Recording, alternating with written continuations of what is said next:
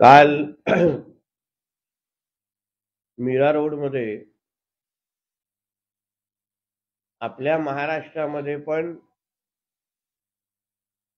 Bulldozer pattern येऊ शकतं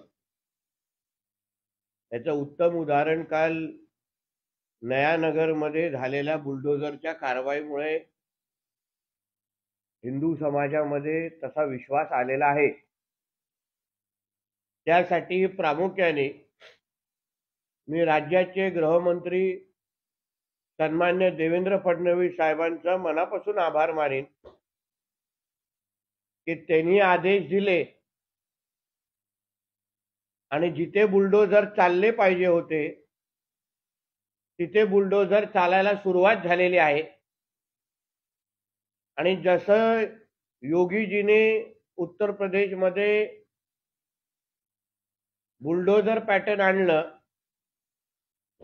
तसं आमच्या महाराष्ट्रामध्ये बुलडोजर देवा नावाचं पॅटर्न आता सुरू झालेला आहे। जिथे जिथे हे जिहादी मस्ती करतील, लँड जिहादच्या निमित्ताने अतिक्रमण करतील, तिथे तिथे बुलडोजर देवा तुमच्या अतिक्रमणावर चालताना तुम्हाला दिसेल। आणि यापुढे आमच्या महाराष्ट्रामध्ये हिंदूंची लोकसंख्या कमी करण्यासाठी हे कुठेही लँड जिहादचे प्रकार अगर दिसले तर तिथे तिथे बुलडोजर देवा पॅटर्न आपल्याला महाराष्ट्रामध्ये निश्चित पद्धतीने दिसेल। काल असंच पुण्यामध्ये पण FTII आणि IISER science and education institute मध्ये आणि FTII मध्ये बाबरीचं उद्धारीकरण आणि त्याबद्दलचे चित्रफित आणि एक्झिबिशन, बाबरी बद्दल प्रेम दाखवण्याचे काही फलक या दोन्ही शासकीय इन्स्टिट्यूट मध्ये झळकले गेले। मी संबंधित प्रशासनाला सांगेन वेळेत अशा पद्धतीचे जिहादी विचाराच्या लोकांना तुम्ही समज द्या, नाहीतर त्या इन्स्टिट्यूट मध्ये येऊन आम्हाला या जिहाद्यांना त्यांची जागा दाखवायला लागेल। जशी बाबरी तोडून तिथे राम मंदिर उभं केलंय आणि मग त्यांच्या तोंडातून जय श्रीराम कसं काढायचं ह्याचंही औषध आमच्याकडे आहे। म्हणून संबंधित FTII आणि IISER या दोन्ही इन्स्टिट्यूटने यावर बारकाईने लक्ष घालावं। कुठेही जिहादींचे जिथेही हिरवे साप वळवळत असतील त्यांना वेळेत आवर घालावं, एवढं या निमित्ताने मी आपल्याला सांगेन। काल संजय राजाराम राऊत आणि उद्धव ठाकरे नाशिक मध्ये होते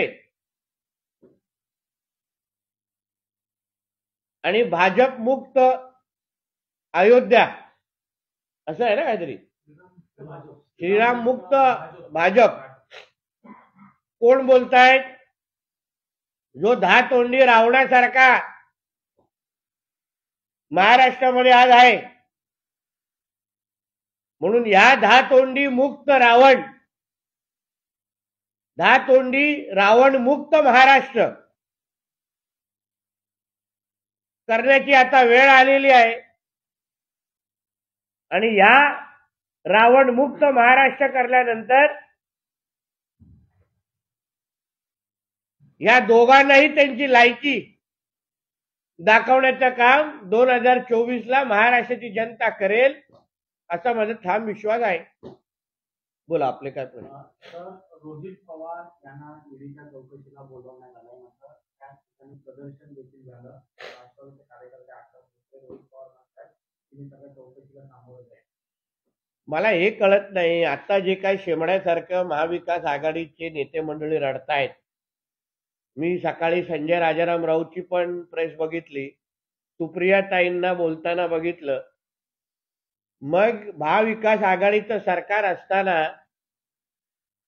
मुंबई पोलीस, महाराष्ट्र पोलीस ह्यांना जे काही घरगडी सारखा वापरण्याचे असंख्य प्रकार, मुंबई पोलिसांच्या कारवाया महाविकास आघाडीच्या काळात फक्त भारतीय जनता पक्षाच्याच नेत्यांवर का व्हायच्या? मग तेव्हा महाविकास आघाडीचे लोक कुठलेही गुन्हे करायचे नाही का? आता जसं सांगितलं जातं की फक्त ईडीच्या कारवाया, सीबीआयच्या कारवाया विरोधकांवरच केले जातात, महाविकास आघाडीच्याच नेत्यांवर केले जातात. मग महाविकास आघाडीचं सरकार असताना कुठे केंद्रीय मंत्र्यांना जेवणाच्या ताटावरून उठवणं, आमच्या देवेंद्र फडणवीस साहेबांना अटक करण्यापर्यंतची हिंमत दाखवणं, आमच्या गिरीश भाऊंवर मकोकाची खोटी केस चालवणं, प्रवीण दरेकर साहेबांना खोटी त्या मुंबई बँकच्या केसमध्ये अडकवणं, केतकी चितळे, अर्णब गोस्वामी, हे किती उदाहरणं तुम्हाला देऊ? मग तेव्हा मुंबई पोलिसांना घरगडी सारखे जे काही महाविकास आघाडीचे नेते मंडळी आणि सरकार वापरायचे, मग तेव्हा आम्ही शेवण्यासारखे रडलो नाही. आम्ही समोर गेलो, आम्हालाही अटक केलं गेलं, आमच्याही घरात दगडी मारण्यासाठी मुलं पाठवण्यात गेली आणि मग दुसऱ्या दिवशी राज्याचे मुख्यमंत्री दगड मारणाऱ्या लोकांचा सत्कार पण करताना आम्ही पाहिलेलं आहे महाविकास आघाडीच्या टायमाला. मग मुंबई पोलिसने जेव्हा संजय राजाराम राऊतने त्या डॉक्टर स्वप्ना पाटकरला फोनवर शिवीगाळ केली, धमक्या दिल्या आणि ते फोन मीडियावर दाखवल्यानंतर पण, तो कॉल रेकॉर्डिंग मीडियावर दाखवल्यानंतर पण साधी एक केस संजय राजाराम राऊतवर झाली नाही.